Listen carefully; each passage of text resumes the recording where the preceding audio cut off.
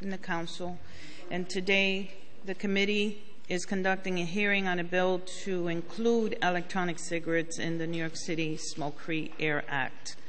Sponsored by Councilmember Gennaro, Council Speaker Christine Quinn, and myself, this legislation would prohibit the use of e-cigarettes wherever smoking is prohibited in the city. Electronic cigarettes are electronic devices that deliver nicotine, flavor, and other chemicals typically through vaporization. Some argue that electronic cigarettes are a safer alternative to smoking cigarettes, while others argue that they contain nicotine and other potentially harmful substances, may serve as a gateway to smoking and are often targeted towards our youth. What we do know is that studies on these devices are few, and regulations regarding these devices is non-existent. The use of electronic cigarettes in the U.S., commonly referred to as vaping, and I'm sure that we will hear from the industry on their feelings about this, has grown at a rapid pace, with sales for the year 2013 projected to be at $1.7 billion. As the popularity of these devices grow, so does the likelihood that their prevalence in areas where smoking is prohibited will increase, and we may see some of that here today. Many brands of electronic cigarettes are designed to look very much like cigarettes and are used just like them. And the use of these devices where smoking is currently prohibited makes enforcement of the city's Smoke-Free Act extremely difficult. And those charged with enforcing it may not be clear on whether the user is breaking the law or not. This can lead to confusion, confrontations, and conflicts in our establishments that I would not like to see happen. We can't allow electronic cigarettes to undermine the Smoke-Free Air Act, which has been the boon to businesses and a huge public health benefit to our city. We expect many witnesses to testify on this legislation in favor or against. I look forward to hearing all sides on this issue.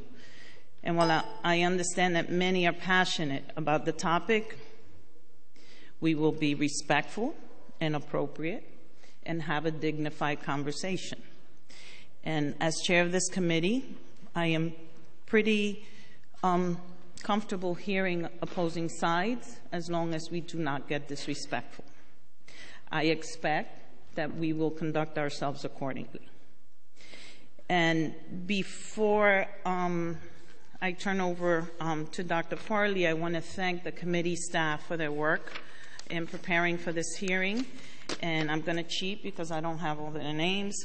Dan Hayfitz, counsel to the Committee on Health, who might have to leave us on a moment's notice because his wife is about to give birth to their first baby. And she's a week overdue. Kelly Taylor, to my left, who is flying as the wingman on this committee hearing because Dan's unexpected departure may happen and we hope that happens soon and wish her well. Because I hear she's miserable. Crystal Pond, who's always in the background somewhere, policy analyst for the committee, and Crillian Francisco, also in the background usually, fiscal analyst to the committee. I want to acknowledge the committee members that are here. Councilmember Vallone, who's trying to lobby me for a job after he leaves the council. Councilmember Gentili, Councilmember Van Bramer, and Councilmember Debbie Rose stepped into the other committee next door, but I expect that she'll be back. And she's here. Oh, hi. With the nicest sweater I've seen this year. And we are going to hear from the prime sponsor of the bill. He's stuck in traffic. As soon as he gets here, we'll interrupt the proceedings to give him an opportunity to say a few words. Dr. Farley, welcome. Thank you for being here, and we look forward to your testimony. Thank you very much. Good morning, Chairperson Arroyo and members of the New York City Council Committee on Health. I'm Dr. Thomas Farley, Commissioner of the New York City Department of Health and Mental Hygiene. Thank you for the opportunity to comment on this pre-considered introduction, a bill that would amend the Smoke-Free Air Act by prohibiting electronic cigarette use in places where smoking conventional cigarettes is prohibited. This legislation will help address electronic cigarette use, which is growing rapidly among both youth and adults, and poses a threat to the progress we have made in reducing smoking in New York City. Since 2002, the Bloomberg administration and the City Council have worked hard to reduce smoking and protect all New Yorkers from the harmful effects of tobacco. Perhaps the single most effective policy change that has been made has been passing the Smoke-Free Air Act, which has not only protected non-smokers from secondhand smoke, but also radically changed the social acceptability of smoking. We've also made cigarette taxes the highest in the nation, produced public awareness campaigns warning about the risks of smoking, and offered direct assistance to tens of thousands of New Yorkers to help them quit. With your help, last month we became the first major city in the United States to increase the age of sale for cigarettes to 21, and one of the first jurisdictions in the country to prohibit discounts on tobacco products. To address the growing trade in illegal cigarettes, we have also increased our ability to enforce against tax evasion, which will help ensure high cigarette prices and level the playing field for honest retailers. As a result of these efforts, the smoking rate of adult New Yorkers has fallen by more than a quarter, and the smoking rate among teenagers has been cut in half. We have estimated that this decline in smoking is preventing thousands of unnecessary deaths in New York City, contributing to our significant gains in life expectancy. However, our adult smoking rate has leveled off in the last 2 years. The youth smoking rate has remained stagnant for several years, and smoking is still the #1 cause of preventable death in New York City. For these reasons, we are constantly seeking new ways to discourage youth from starting to smoke and assist adult smokers in quitting. Even more important, we feel we must protect the gains we have worked so hard to achieve and prevent smoking rates from rising again. Electronic cigarettes, commonly called e-cigarettes, are nicotine delivery devices that emit vapor and are designed to look like conventional cigarettes. Among United States high school students, electronic cigarettes use more than doubled between 2011 and 2012, from 4.7% to 10%. In 2012, more than 1.78 million middle and high school students nationwide tried electronic cigarettes. Sales of these products have doubled in just 2 years, from nearly 300 million in 2011 to 600 million in 2012, and are expected to reach 2 billion in 2013. All of this country's big cigarette companies are now producing and heavily marketing e-cigarettes. A key point for the hearing today is that e-cigarettes are so new that we know very little about them. We cannot answer many of the important questions that health experts have about their short-term, long-term, and indirect effects. Electronic cigarettes are not regulated by any federal agency. Because there are not government reporting requirements for e-cigarettes, there is no way of knowing the levels of nicotine or amounts or kinds of other chemicals they deliver to the lungs of users. The Food and Drug Administration, or FDA, has found that some electronic cigarettes contain toxins and carcinogens and has expressed concern about their safety.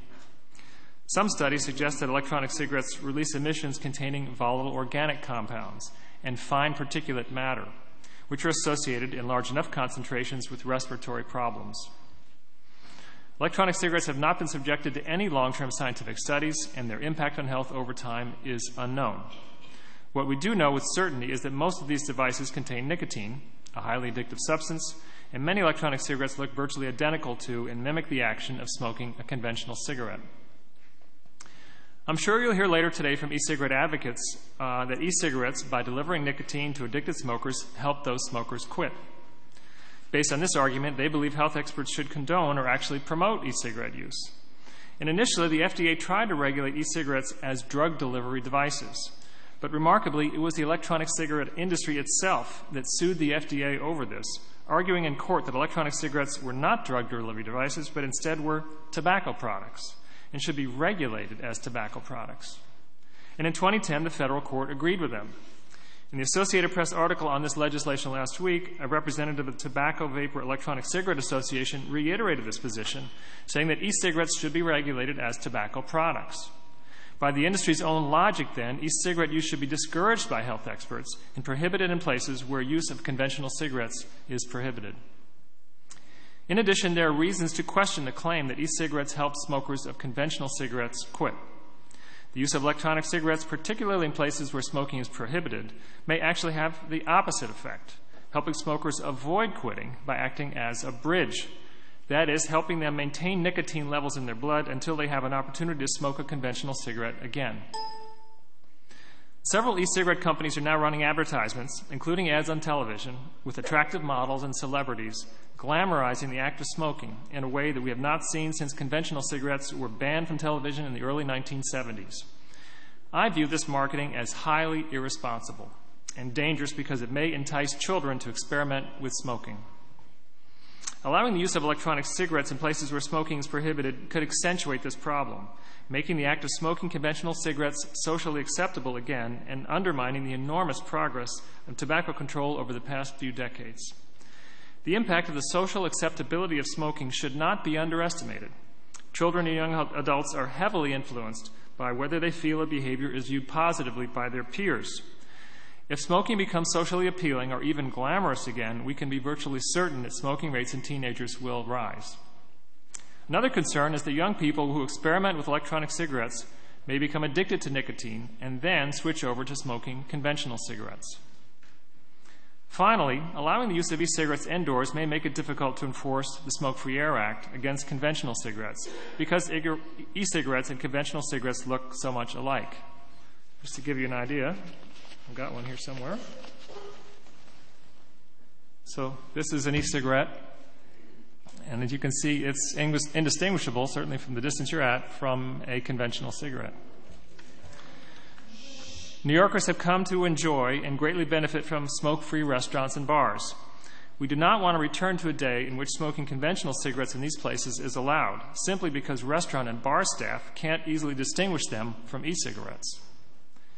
Various jurisdictions around the country have prohibited the use of electronic cigarettes in areas where smoking is prohibited, including New Jersey, Utah, North Dakota, Boston, and various counties in New York, California, and Kentucky.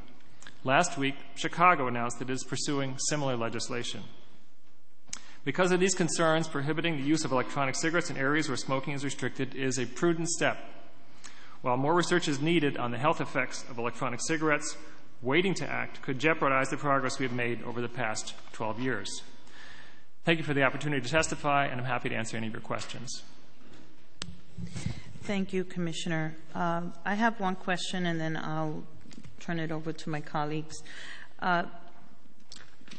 What studies are underway? Do you know of any that are currently being conducted to get us solid information so we can make a determination about whether or not? You know, I don't know what studies are underway. I'm sure there are studies of the health effects on individual users. The question about the long-term effects, though, is going to take some number of years to learn, because it's not if you give an e-cigarette to one person and what that one person does is less important than understanding if these are used broadly across the population, do they help reduce or increase smoking rates? If they act as a bridge where it helps conventional cigarette users not quit, then that indirect effect could be very negative. We're not going to know that for some number of years. Are you encouraging any studies to be conducted? You know, the New York City Health Department isn't a research institution. I recognize that. That's why I use the word encourage. Yeah. I absolutely think that more research needs to be done on exactly what chemicals come out of these, what effect those have on the lung, what happens to quit rates of people who are using these, what the long-term effect is across the population, what happens to children when they start using these and seeing how many of them then switch over to conventional cigarettes. All those studies need to be done. I'm sure that there are many institutions around the country that are either doing research or seriously considering this. But it takes a while to get that sort of information, and these are such new products that we're not going to have it anytime soon. Councilmember Vallone. Thank you, Madam Chair. Thank you, Commissioner, for your testimony. I am one of those who are undecided on this bill, and I'm really looking forward to hearing as much testimony as I can on both sides, because there are clearly responsible people, well-intentioned people on both sides of this issue. based on the research I've done already. In fact, I put it out on my Facebook page a couple days ago to get opinions, and the page just blew up with people on both sides of the issue. Very civil debate. Everybody citing a study to say their side is right, which I think proves your point that so little is known at this point, if there are studies on each side of this issue. One of the studies, obviously, you mentioned is the FDA. Well, one of the things you mentioned was the FDA's warning about e-cigarettes. And you said, and the argument that the other side makes, and it's a good argument, is that they only tested some cigarettes. And they say, well, if you regulate how the cigarettes are made, then you could get around the potential toxins in the vapor. When I read the study, it did seem to me like they studied the two largest brands. Can you, you're the health expert, you've looked at the FDA warning. What is your opinion about that? I'm not sure exactly which studies you're talking about. I would say this. Right now, there's no regulation about what could be put in something like this. And what the companies are doing is changing what's in there. So even if we tested today what all the different e-cigarettes have in them and what sort of vapors or particles they put out, that might change tomorrow. It really is the Wild West right now with these. Now, we are hopeful that the FDA will do some sort of regulation on this soon, but they've been saying for a while that they're going to do that. And it's unclear if their regulation will put any limits on what sort of chemicals can be in there, or whether there'll be even reporting of what's put in there. So we do know that the e-cigarettes do put out some chemicals. We do know that they put out some fine particles, but the amounts that they deliver to users and the effects on health are just unknown. You make an interesting point, which I also learned about just recently. Is it, I'm told, again online, that people are using or are able to use and are using these cigarettes for purposes they weren't intended for, to fill up with illegal substances. Is that possible? It is possible, certainly. It's you take the chemicals in there, you could add other drugs and use them to deliver them to your lungs. I don't know how widespread that is, but there's no reason it couldn't be done. Okay. Most of my questions are going to be for the other side, to have them respond to your arguments, because you obviously anticipated most of the arguments and spoke about them in your testimony. I'm trying to go through some of the paperwork that I was handed by the other side to ask you.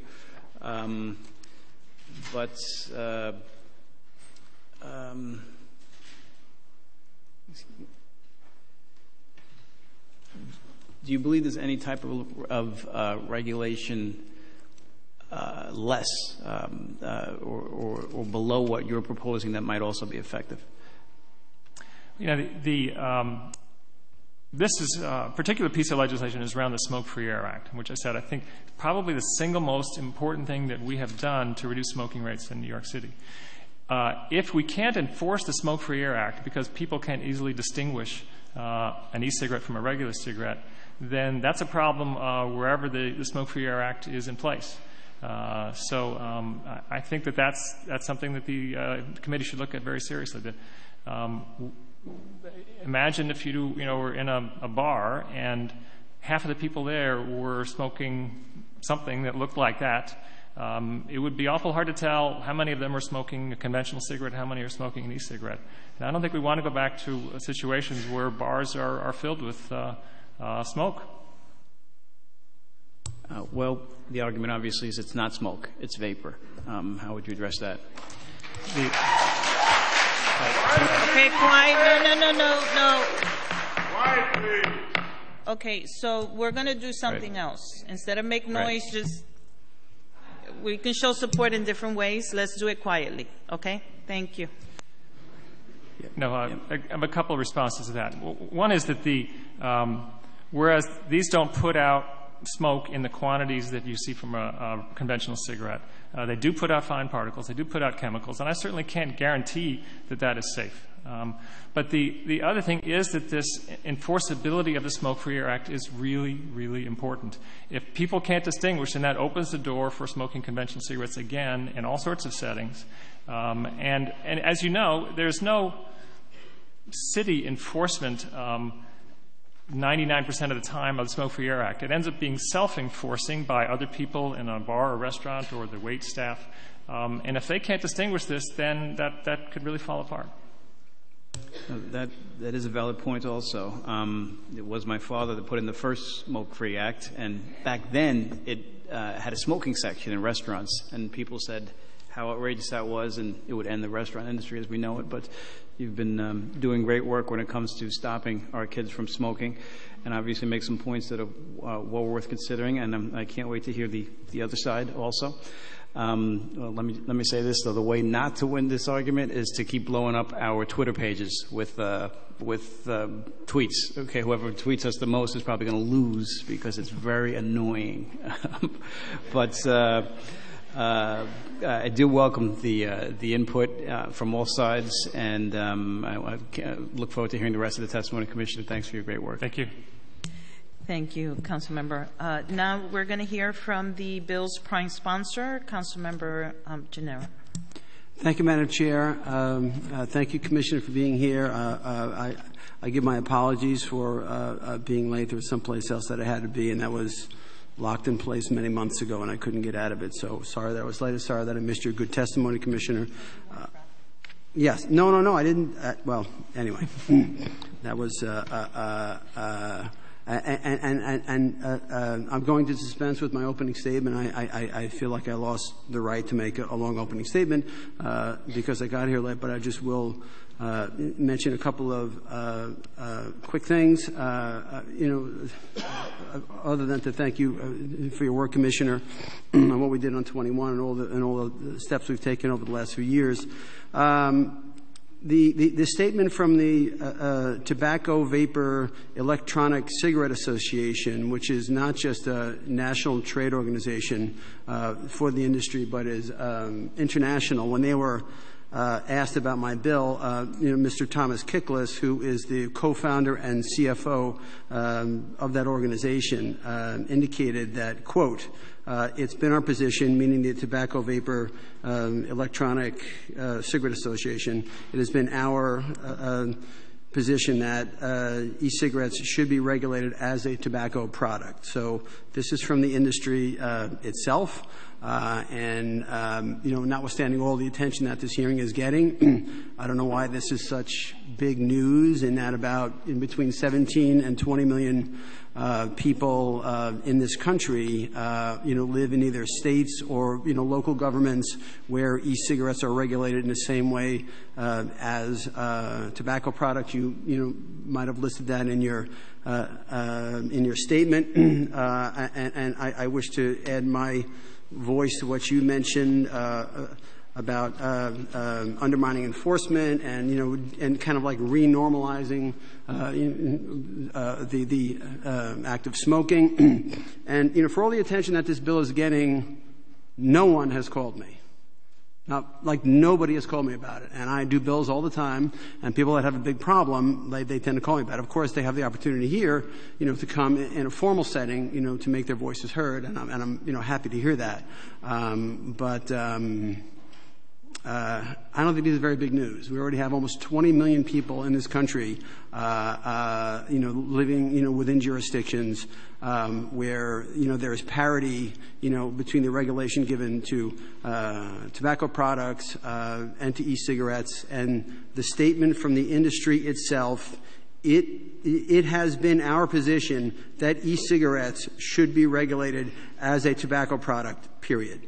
And so I thank you for your presence here today, for your great advocacy and all the good things that the Bloomberg administration has done in concert with us, to bring the smoking rates down and to do what we can to decrease the amount of people who smoke cigarettes, decrease the amount of people who have a tobacco addiction, decrease the amount of people who have a nicotine addiction. I think this is, certainly a very prudent step, and I think the city is kind of like behind the times a little bit, and I think it's time that we caught up. And that will be my statement, Madam Chair, and I have no further questions for the Commissioner, because we have spoken a lot on this issue, and I thank you. I thank you, Commissioner, and I thank you, Madam Chair. Thank you, Councilmember. Thank you. Councilmember Tilly? Thank you, Madam Chair, and Commissioner, thank you for your testimony.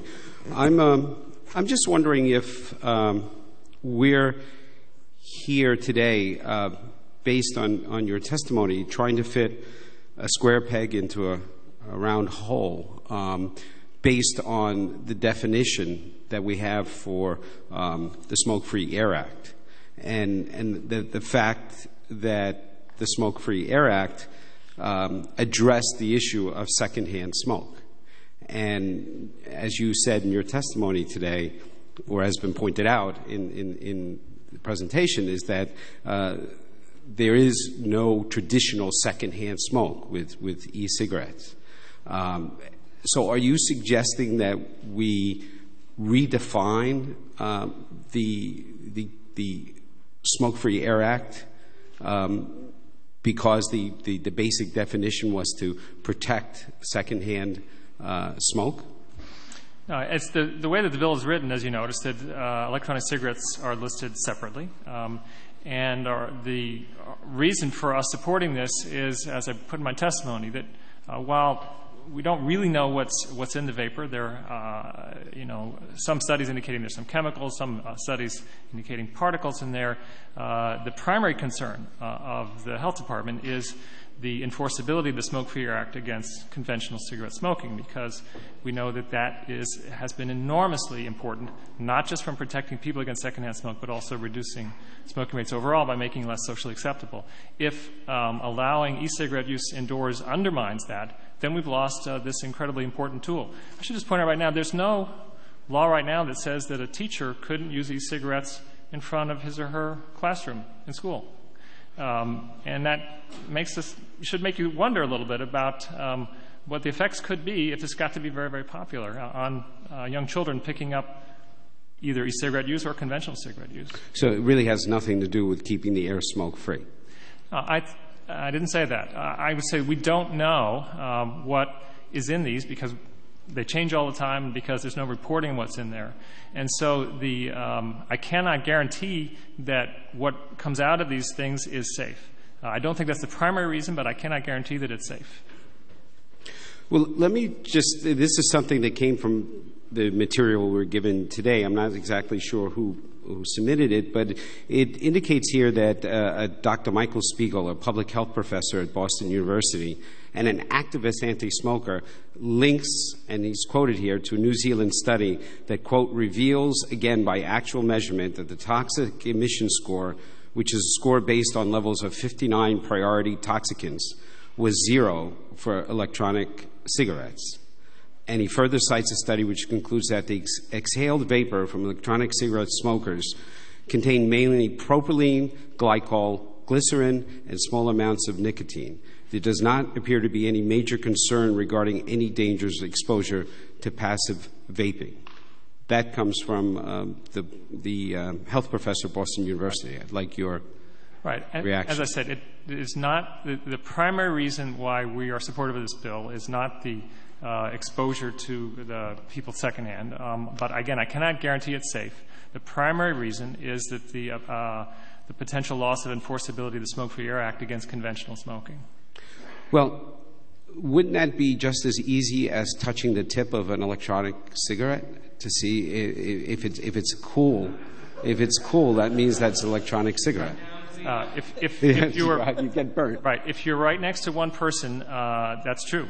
On the other hand, if right now 15% of people are smoking conventional cigarettes, if these become so popular to where 15% or 30% of people are using these, and you're in a crowded bar and half the people there are pulling on one of these things, it's going to be awful difficult for the bar staff to recognize who's smoking a conventional cigarette and who's smoking an e-cigarette. And then the bars could be that way. There's nothing that would prevent that from happening. Okay. I imagine it's not impossible, but you're saying it's difficult. Councilmember, if you would allow correct. me. Let me just... No. I want to do a follow-up on your last question. What's the consequence to the establishment if they are not enforcing the smoking, Correct. the smoke-free era? When we inspect restaurants and clubs, when we inspect restaurants and other clubs, we check to see if they have a sign that says that smoking is not permitted. We also see if there's evidence that smoking is being permitted there despite that.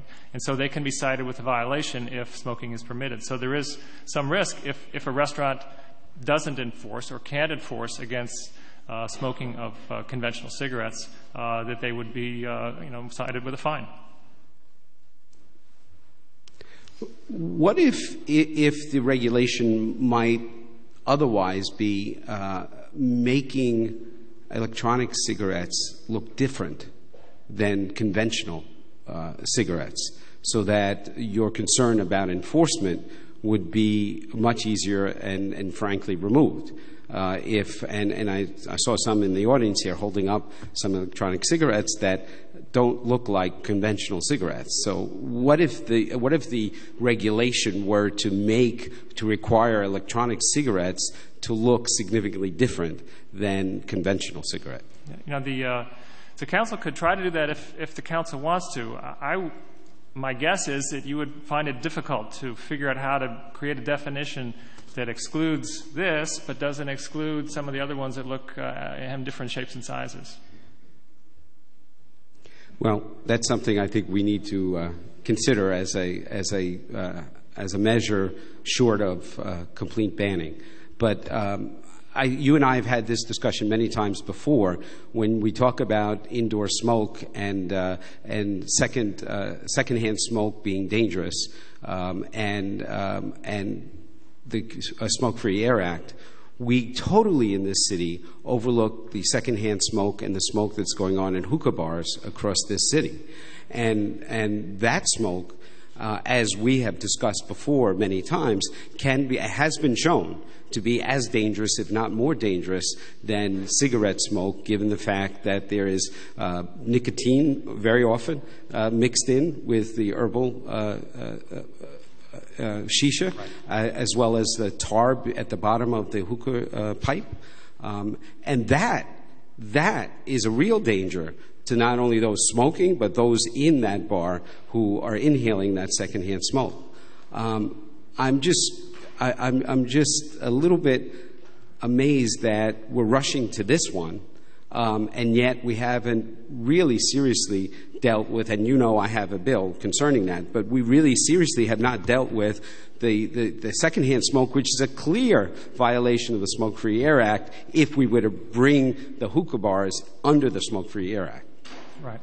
I view, we're also very much concerned about hookah smoking, which was once a small loophole of the Smoke-Free Air Act, which it looks like it's getting bigger now. And we are happy to work with the council in addressing that. To me, these are two separate issues. Addressing one is not a substitute for addressing the other. The administration drives this a lot of times, and there is a bill in the council, but has the administration taken any steps or any initiative on the hookah smoke? Let me say, if the council came up with a bill and announced hearings on this, we would be happy to work with the council in coming up with something that would address that situation. I guess it'll be the next administration. I thank you. Or not. Or not. Or not. Yes. Thank you, Councilmember. We've been joined by Councilmember Eugene, member of the committee. Councilmember Rose. Thank you. Commissioner, e-cigarettes have been touted as a smoking cessation device. What is your are you saying that there is no value in terms of smoking cessation with e-cigarettes? No. Individual users will make that claim, but, there is a way for manufacturers to develop, market, and be able to make a claim about something as a cessation device. We have nicotine patches and gums. We have medications, which are cessation devices. The e-cigarette industry has chosen not to do that. They do not market these cessation devices. They do not make claims that they are cessation devices because they would prefer to have them be regulated as tobacco products. And so they have not done the studies to determine whether they are effective for cessation or not. And so you'll hear a lot of claims today from individuals who say this is a cessation device, but the industry does not make that claim, and so we don't treat it as such. So other cessation devices include nicotine. as well as the e-cigarette. Right. Are you opposed to the use of nicotine in the e-cigarette? Is that one of the values that you are opposed to? The other devices or the other products that are put out there to assist people in cessation have undergone very rigorous testing to demonstrate not only their effectiveness but also their safety. The FDA sets a very high bar for something to be put out there as a medication to assist with cessation. And so they've demonstrated there that the nicotine as delivered in those products is safe. How the nicotine is delivered in here and what sort of other things go along with that has not been studied and demonstrated to be safe. And so we're concerned about the entire package. Nicotine is in there, but there are other things in there as well. And again, we don't know everything that's in there. So it is an inappropriate claim for anybody to call these cessation devices, because if they wanted to market such thing, they could have done that rigorous testing, and if it were safe and effective, then they could make that claim. Is there no documentation that says that these e-cigarettes do have smoking cessation value? Well, there was one study, which I'm sure you're aware of, in which e-cigarettes were compared to patches, and that the two groups ended up being about the same as far as the likelihood of quitting over 6 months. But the patches are something which are a proven safe and effective cessation device, whereas e-cigarettes, we don't know about their safety, and we don't know about their long-term effectiveness. So that is the best study that I'm aware of. The other studies beyond that I don't think are nearly as strong. So the question about whether they assist people in quitting, they can't make that claim that there's proof to that. So this legislation will now mandate that e-cigarette users have to go outside and smoke with regular people who are smoking cigarettes, right? Correct. If people want to use this, they can continue to use these products, but they couldn't do it indoors wherever the Smoke-Free Air Act applies. So is there any fear that by doing so, by throwing them back into this group that now has to go outside or to a dedicated area to smoke, that it will then influence them to return to smoking cigarettes as opposed to e-cigarettes? Well, let me just say, we encourage conventional cigarette smokers to quit. That's the best thing for their health. The question is, as this product is used now, does it help people quit or does it help people not quit? And we think there's a very legitimate reason to be concerned that it helps people not quit. If they use this when they're indoors, when they're at work, to maintain their nicotine levels, then that may just tide them over until they can go outside again and smoke a conventional cigarette. What effect it has on people's quit rates over the long term is simply unknown, and so there's reason to be concerned about that. When you passed the other No Smoking Clean Air bill, were e-cigarettes not an entity? The Smoke-Free Air Act has had a few changes to it, but the major bill was passed in 2002 or 2003. E-cigarettes weren't even invented at that time. Okay. Thank you. Thank you. Commissioner, do you have any reports of business owners expressing concern or frustration regarding enforcement of the Smoke-Free Air Act and the use of electronic cigarettes in restaurants and bars or areas where it's now prohibited? We've gotten questions. What should we do? Someone brought one of these out in a restaurant, and we didn't know if this applied or not. And so certainly clarity is important. And the advice is given to establishments now? Right now, we say what the law says, that there's nothing that prohibits them from being used. Okay. Councilmember Gennaro, you have some follow-up questions? Yes, thank you. Based on some of the back and forth since I last spoke. With regard to the secondhand smoke issue, let's say I have an office with 20 cubicles and 10 people smoking e-cigarettes. Is it fair to say that the people who aren't smoking e-cigarettes are going to be breathing nicotine? Is that fair to say? No. The honest answer is I don't know. We don't know what kind of nicotine levels come out of the side stream there. Right. We don't know how much nicotine is in these products. We don't know what happens if you have 20 people there versus one. We just don't know. Okay. With regard to this being marketed as a smoking cessation device, that would involve a whole process with the FDA. Is that correct? Correct. The FDA sets a very high bar where you have to do very high-quality studies to look at the effectiveness of any drug that's being marketed, right. To demonstrate both its effectiveness for what it claims and its right. safety. And so, you know, the industry has chosen not to do that, right. and so they cannot make that claim, and they should not make that claim. Thank you, Commissioner. Okay. Thank you, Councilmember. We've been joined by Councilmember Rodriguez from Manhattan. Thank you for joining us. So we adopt this bill, Mayor signs into law, hopefully before December 31st, I would imagine. Implementation, what would be required of businesses, and is there any additional cost to the establishments regarding signage, et cetera? Right. If this bill is signed into law, it would go into effect in 120 days. The main enforcement by the department is to check to see that businesses have signs that say that no smoking is permitted. Under this bill, they would have to have a sign that would either have a second sign that says no electronic cigarette use is permitted, or a single sign that says no smoking or electronic cigarette use is permitted.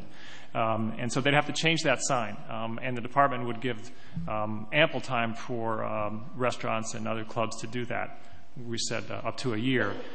And so we think that the costs of this would be minimal. Okay. And so implementation is 120 days for them to have signs up in order to... When the law says they would, but we wouldn't be citing them for violation for not having a sign up right as of that day, because we understand it takes a while for the word to get out and people to get their signs. It's never the department's wish to fine restaurants. It's our wish to educate them so that they just come in compliance with the law. And before you go, I wanted to get something on your radar that I learned yesterday in a meeting with several restaurant owners in my district. That letter grading system, the letters are being falsified after the inspections. No. It just grew another head. We hear periodically reports about that. We can check and do check restaurants, and some of them may get away with a fraudulent card here. But if they have a fraudulent card or no card, and we find it, and we do find some, we cite them with a violation, and that's a fine that's pretty steep. So they may get away with it for a time, but I wouldn't recommend that they do that over the long term. So we'll have follow-up conversation about how we make the system a little bit more safer and consistent, because the businesses are complaining that the other players in the industry are not playing fair. Mm-hmm. Councilmember? Okay, thank you.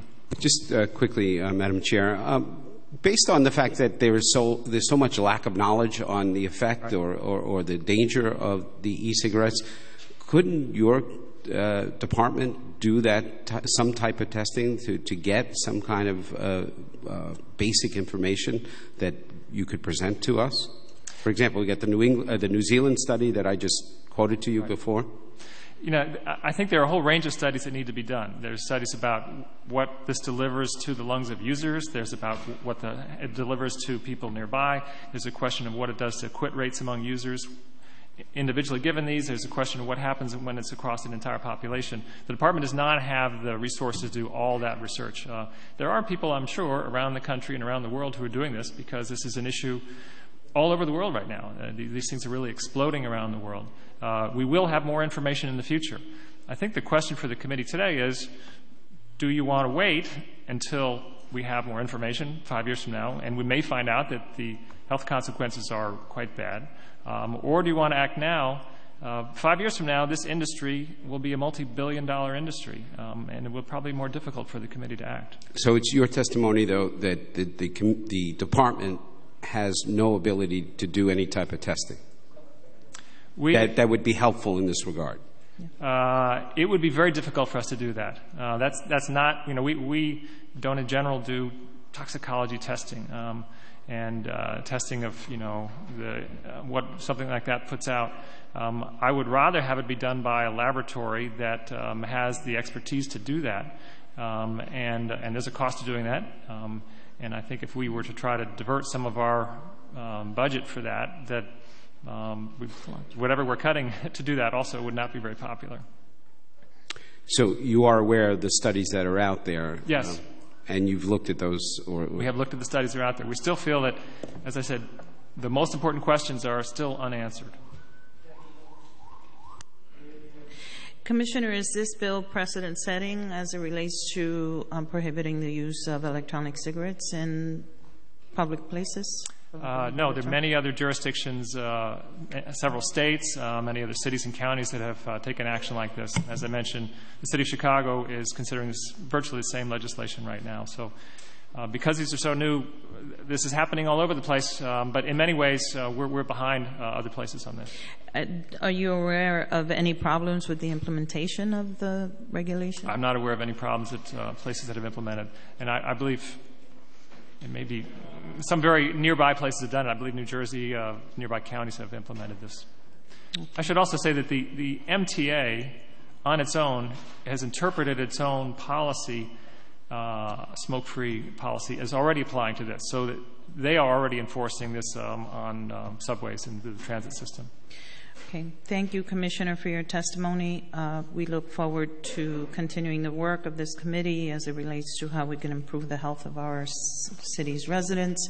If I don't see you again, have a wonderful holiday. Thank you very much.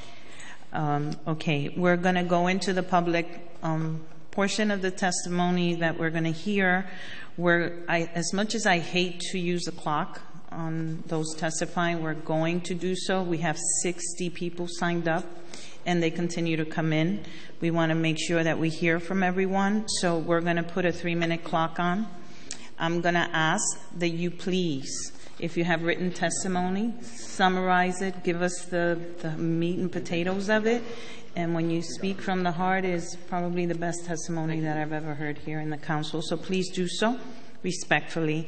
And we're going to start, we're going to alternate panels in opposition and in favor, and we'll continue that approach throughout the hearing. We expect to be here all day, and I will be here to hear testimony from everyone who has signed up to testify. So if we adhere the clock and we keep some kind of order, we should be out of here for dinner. Gilbert Ross, Dr. Ross, ACSH, and you're going to tell us what that is when you speak. Spike Babane, did I say that right? Vape New York, National Vapors Club, and Gregory Conley. And you don't indicate who you represent, so Conley, are you here? Okay. And the batting up, Dan, the next panel. Did they call him? Dan? Oh. Okay. This would be the next panel. Dr. Kabova and Dr. Schluker. Okay, so you can choose the order that you go in. I think you've done this before. We're going to, the clock is on that side, so not to make you nervous or anything, just be mindful of it so that we can keep on time. If the light is on at the base of the microphone, it's working. Pull it close to you, otherwise the sound may not come through for those who are in the audience. And you may begin when you're ready. Thank you very much, Madam Chair, and other members of the council, staff, and guests. I represent the American Council on Science and Health. We're a nonprofit consumer education advocacy organization, 35 years in the nonprofit field of public health. We've been in the forefront of anti-smoking activity, anti-smoking education since our founding in 1978. In the last few years, we've been vigorous proponents of harm reduction techniques for helping addicted smokers quit, as you all probably know. The approved methods to help smokers quit work very poorly, 10 to 15% tops. So e-cigarettes seem to be a potential public health miracle if we can get overregulation out of the way. The discussion so far seems to have three general topic headers. E-cigarettes, do they work? Are they going to help smokers quit? What about the toxicants in the vapor? This is specifically as far as this law is concerned, the proposed bill. And three, the problem with enforcement, differentiating e-cigarettes from regular cigarettes. Well, we're not here, of course, to discuss whether e-cigarettes actually help smokers quit. As Dr. Farley had said, that those data are being collected now, and we'll find out. But millions of smokers around the world have voted with their feet, and the market has doubled every year, as you mentioned. These smokers must know something about how effective they are, I think. The toxicants in the vapor, Dr. Farley said numerous times, we don't know what's in the vapor, we don't know what's in these things. We sure do know what's in the vapor. Nothing harmful is in the vapor. Studies done by Dr. Igor Burstein at Drexel, published in the journal, clearly demonstrated that there were no significant health threats from vapor toxicants. Dr. Gonowitz and others, including Dr. Neil Benowitz, who was on the FDA panel on cigarettes, on smoking and tobacco, was a co-author of that study, found that the toxicant levels in vapor were 50 to 500 times less than in regular cigarette smoke. So there's no reason for this law. It'll force vapors, that is e-cigarette users, out into the cold with smokers. To tell the difference between a cigarette and an e-cigarette is quite simple. I'm sure Dr. Farley could figure this out quite simply, as restaurateurs will as well. The law is unnecessary, it's hyper-regulatory, and it really will accomplish nothing except to make more former smokers return to actual toxic cigarettes. Thank you very much.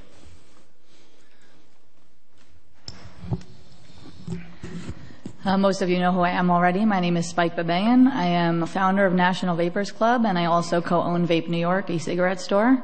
I am also the co-author on one of the studies that I just handed out to you. The other one is actually Dr. Gonowick's study, which Dr. Ross just mentioned. Those two studies are studies on indoor air quality when e-cigarettes are being used. You also received a copy of them back in May during the flavor ban when I handed them out and said to you, don't worry, we'll be back here in a couple months for the indoor ban. And here we are.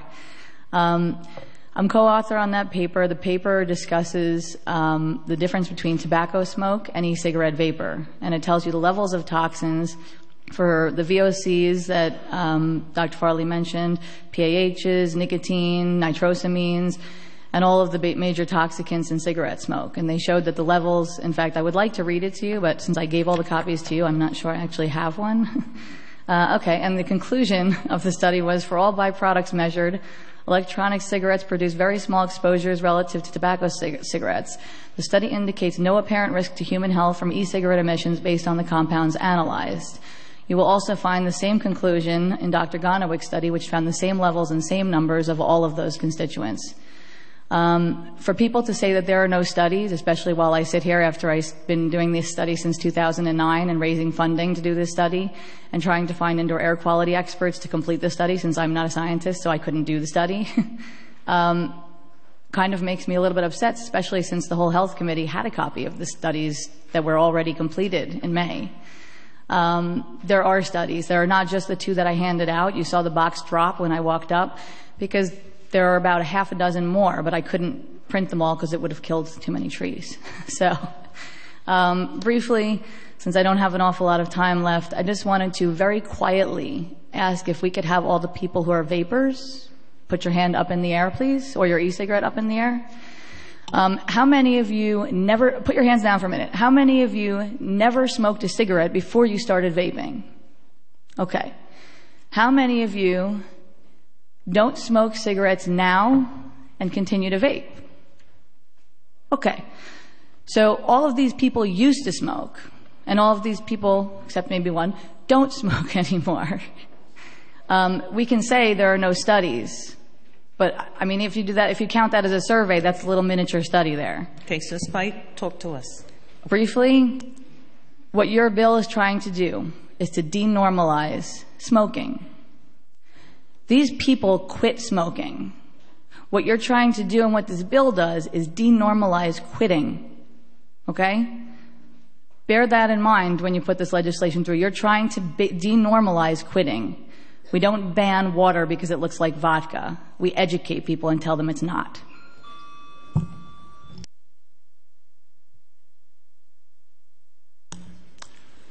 Good morning. My name is Gregory Conley. For approximately 3 years, I served as the volunteer legislative director for the Consumer Advocates for Smoke-Free Alternatives Association, a nonprofit organization that is the leading U.S. advocate for consumers of vapor products, which are commonly referred to as electronic cigarettes and other low-risk alternatives to smoking. In my position at CASA, I helped expose the fact that the tobacco ordinances heard before this committee in May would have enacted a de facto ban on the sale of flavored e-cigarettes and folded e-cigarettes into New York City's existing tobacco laws. At that hearing, Dr. Thomas Farley of the Department of Health told the committee that it was not the intention of the Bloomberg administration to regulate e-cigarettes. Nonetheless, 4 months after the hearing, we were sent copies of new versions of the ordinances that originated with a source in the Bloomberg administration. After leaking the proposals to the Gothamist, media coverage in numerous New York newspapers, local TV news, Fox News, and Morning Joe followed. In the end, the Council and the Health Committee wisely did not take up the bulk of Bloomberg's proposal with regard to e-cigarettes, and that was a benefit to public health, and I applaud the committee for that decision. Having seen the Council largely abandon plans to treat e-cigarettes like other tobacco products, it came as a surprise to receive a notice on the afternoon of the day before Thanksgiving that this hearing would be taking place. I was especially surprised when I learned, despite the fact that the Council and the members here have known about the e-cigarette issue since April or May, that the sponsors waited until a holiday weekend to announce the introduction of an ordinance that they hope to pass in just 3 weeks. This comes after the tobacco-related bills, such as the raising the age to 21, sat for more than 6 months before there was a committee hearing. Having said that, I would first urge the committee to wait to vote on this ordinance until 2014 at the earliest, which would afford the Council time to seriously consider the science on the matter and, most importantly, to hear from constituents. However, regardless of when this ordinance is brought for a vote, my recommendation and strong urging is no. All existing evidence shows that e-cigarettes likely present about 1/100th the risk of smoking, pose no harm to bystanders, and have helped millions of smokers quit worldwide, and are not creating nicotine dependence in non-smoking youth, and are not creating enforcement problems for businesses. I was shocked to see Dr. Farley essentially admit that they're not here to tell you that e-cigarette vapor definitely poses a threat to public health and that's why we should ban them. They're using this absurd reasoning that e-cigarette vapor could confuse people and lead to cigarette smoking. And I would say you could be in the darkest, dingiest bar in New York City with the smelliest consumers of any bar here. And if somebody lit up a cigarette in a room full of people using e-cigarettes, you would know. Thank you. So for the remaining public that's lining up to testify, you could see that your sentiment can be conveyed in 3 minutes appropriately. So thank you for setting the tone for that. We have some questions. Councilmember Vallone. Thank you. As I said, there are well-meaning, very smart people on both sides of this issue. So I want to ask you some of the same questions that I asked them. I'm watching puffs of vapor go up in this room, and it is confusing, number one. And number two, I smell it. It doesn't bother me. It smells good. But it might bother me if I were in a restaurant and I smelled that. How do you deal with that? I think the person next to me that's wearing perfume that's horrendously overpowering bothers me too, but we don't ban people from smelling. We don't, but we also don't let the perfect be the enemy of the good when it comes to legislation. We deal with what we can. If there were a way to deal with smelly people with perfume, we would probably do that. I agree with you on that.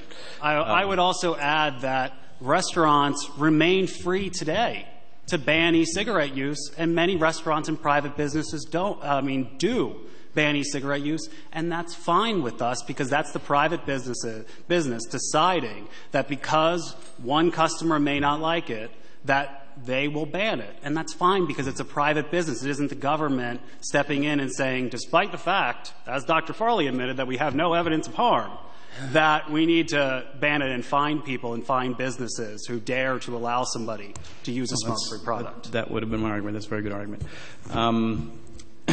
Now, Dr. Farley didn't say there weren't studies saying on both sides of this issue. I think he said there weren't conclusions, because there are studies that come out on both sides of this issue. How do you deal with the FDA warnings? The FDA's study was not actually a study. It was never published, it was never peer-reviewed, and it was never replicated. It was actually a preliminary review. It was done in 2009.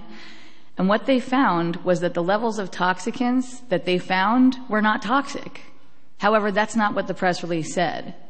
And all of you received a copy of that in May with a sheet that said, this is what they found, this is the levels of toxicants they found, this is what they said about it, even though the toxic risk level was below toxicity. It was not even readable. That press conference was orchestrated by the acting deputy commissioner at that time, Josh Sharfstein, and his goal apparently was to scare people off of e-cigarettes. The fact is that the levels of toxicants found were lower than those found in nicotine patches, but they didn't want to discuss that. Plus, of course, they were using a primitive e-cigarette. The levels of toxicants were low then, and they're much lower now anyway. And, we're not disputing the fact that there were toxicants in the smoke. You're just saying it's at a level that was not harmful, which is what they say about fluoride, and they're 100% wrong about that too. There's no smoke, by the way. That's vapor. And there's when you cross Broadway, you're getting a load of toxicants as well. And just to be clear, the FDA tested the liquid that went into the e-cigarette. And they found, when they put out the press release, they said that they found tobacco-specific nitrosamines, a.k.a. carcinogens. What the press release failed to leave out is that their test and every other test on e-cigarette liquid has found trace levels of carcinogens.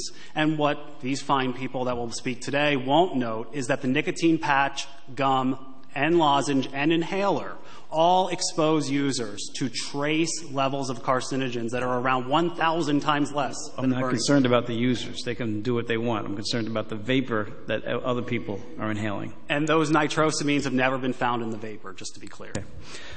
That's what we're concerned about. You feel free to put your cigarette. You shouldn't, obviously. I'm as anti-smoking as you can possibly be, which is one of the reasons that I'm taking this seriously, because I have people work for me who have quit using these things, so I don't need studies to tell me that.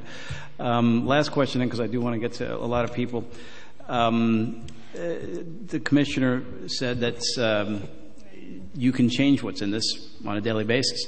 I don't know what's in that puff of smoke. He may have bought it legally and put whatever he wanted in that puff of smoke. How do you deal with that argument?